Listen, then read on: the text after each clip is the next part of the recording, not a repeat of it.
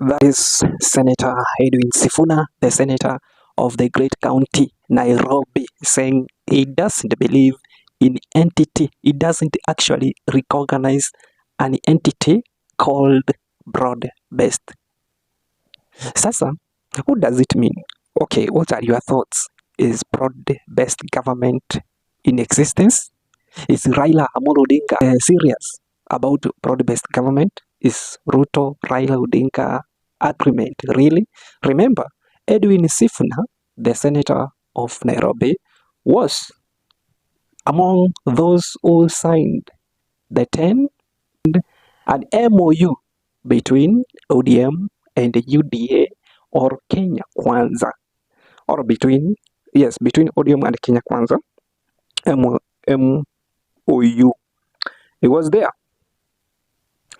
He was there. We saw him because he's the Secretary General of ODM. Now, in most occasion ambayo tumemuona, jamaa aungi mkono kabisa na mambo ya broad-based government. Jamaa hadharani ana disagree with the president and to an extent to Raila Amolo Odinga. Kumbuka, Raila Amolo Odinga are working together with the president. Wanafanya kazi pamoja na president. Kwa hivyo, ukioppose the president, that means literally you have gone against Raila Amolo Odinga, because Raila Amolo Odinga wanafanya pamoja na president. Kwa hivyo chenye president amefanya ndicho Raila Amolo Odinga amefanya. That is how we take it. So, Edwin Sifuna publicly opposing the government. This is not the first occasion. I've used this as an example. This is not the first occasion. In several occasions, the guy has actually gone against the broad-based government, the agreement which himself signed, because he was, and he is the Secretary General, SG of ODM party. So is ODM, that is the question many Kenyans are asking, is ODM party really in this broad-based government, or Raila Amolo Odinga is just playing William Samoei Ruto?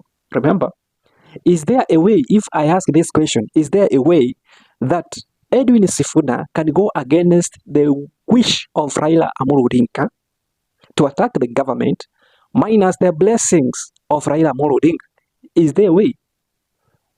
Is there a possibility? Juu tungeona hata ameachishwa kazi. Uliona during the burial of George, President Ruto alimpoint kabisa akasema, wewe Sifuna wewe, do you know tunaweza ita mkutano wa founder members of ODM na tukushughulikie, tukufukuze. We uko namna gani? Acha hiyo. Juzi Governor Gladys Wanga, the governor of the great county of Homa Bay, aliongea ya kwamba they didn't sign to be in the broad-based government so that wauliwe. No.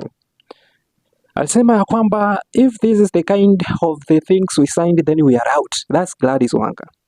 James Orengo, munaona vitu wanafanya kule Siaya, every day opposing the government. Hata amesema niko ready kushikwa, kukamatwa, kuwekwa ndani because Ruto's government hatuitaki kabisa.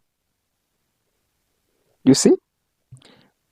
Is Raila really in this broad-based government, or Raila is just playing karata hapa?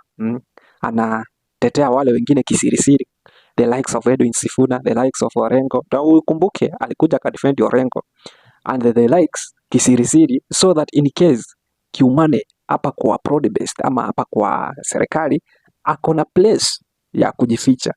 Could it be possible? For my own thinking, Raila Odinga is playing a game, and that game tutaiona very, very soon. I don't know what you think. Drop your comment in the comment section.